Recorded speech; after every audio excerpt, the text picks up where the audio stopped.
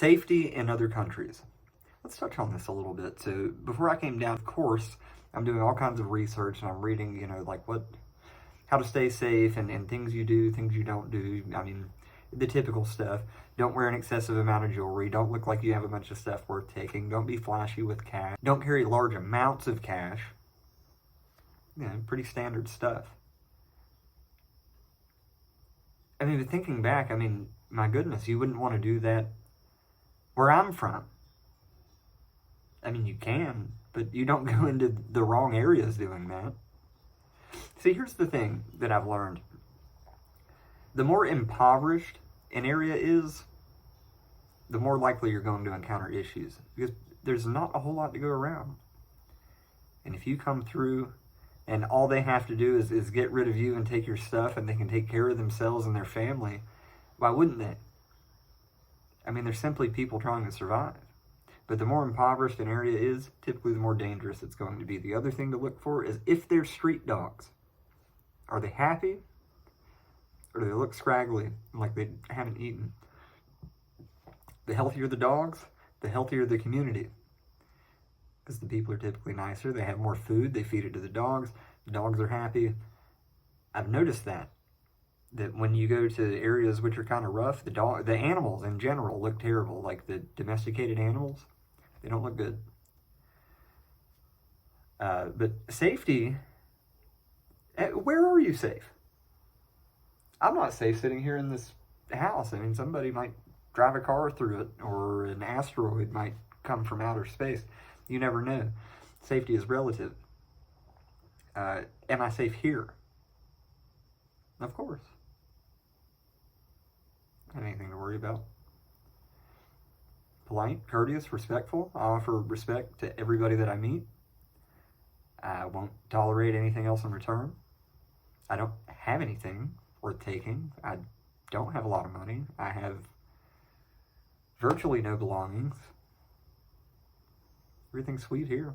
I got a bunch of friends here. So if somebody messes with me, they're going to be messing with at least 3 or 4 other people, like on a serious level.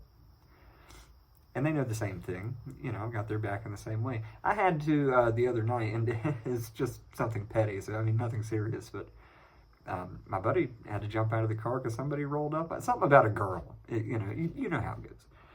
But guy pulls up, pulls the e-brake, jumps out of his car. My buddy jumps out. You better believe I was right behind him. I had no idea what it was about. Didn't care. What do you want with my boy? So, when you develop friendships with people and you show respect and you earn respect, there's no problems. I don't bother anybody. I don't step on anybody's toes. If I make a mistake, I own up to it. I apologize. I do something wrong. And something that you'll find out is that courtesy and respect. You'll notice I didn't say niceness. I didn't even say kindness. That's a step above. But at a bare minimum, courtesy. Respect for the people around you. And if you want to take it a notch higher than that, you can be nice, or you can be kind, or you can be helpful. It's up to you.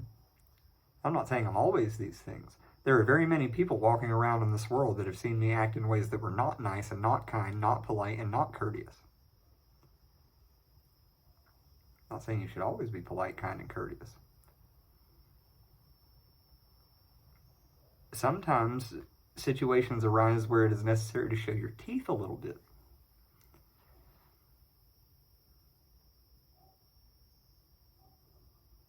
But in general, yes ma'am, no ma'am, pick up after yourself.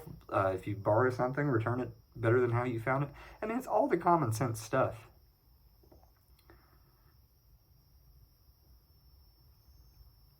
It's not that hard. Of course, what you hear sensationalized in the media is that, such and such tourist got killed in some other country. Yeah, of course that's what you hear about. If it bleeds, it leads. That's what made its way to the headlines. But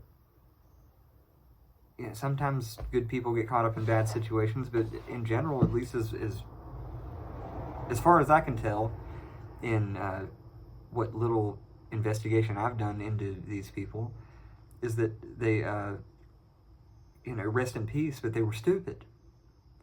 They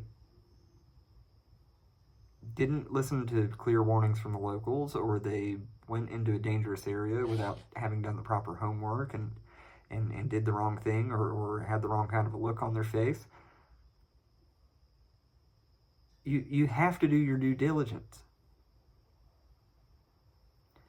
There was another guy, I'm going to take a quick detour here and tell you about a guy I heard of not long ago who died in the Philippines.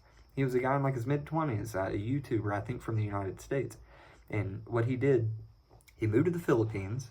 He moved to the southern Philippines. If you don't know anything about the southern part of the country, it's extremely dangerous.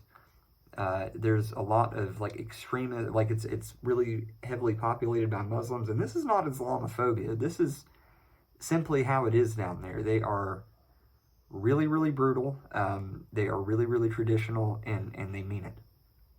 But this guy, God rest his soul, went down there, and first of all, he married a woman, a Muslim woman. I don't know how the community looked upon that, but perhaps not favorable. He was not Muslim. He posted a picture of his wife on social media without a face covering. That's a big no-no. And then the other thing he did, here's the icing on the cake. He would post YouTube videos talking about having left a bunch of money at his business. And a couple of times it got broken into and his stuff got stolen. Well, no duh. And what was his business? A 5-6. If you don't know what that is, it's a loan shark business, where basically you loan out money, and then when they pay back, there's a 20% interest on it. Now you tell me if anybody in that community was going to protect that young man. And everybody told him that it wasn't safe there. He wound up getting kidnapped and getting killed. And he ignored all of these warnings. He made a lot of cultural mistakes. He definitely was not an asset to the community. And he was a little bit goofy. So, guys, I mean, again, I'm not trying to be offensive. God rest that young man's soul. I'm really sorry that happened. But a little bit of awareness and a little bit of research and just a little bit of common sense goes a long way.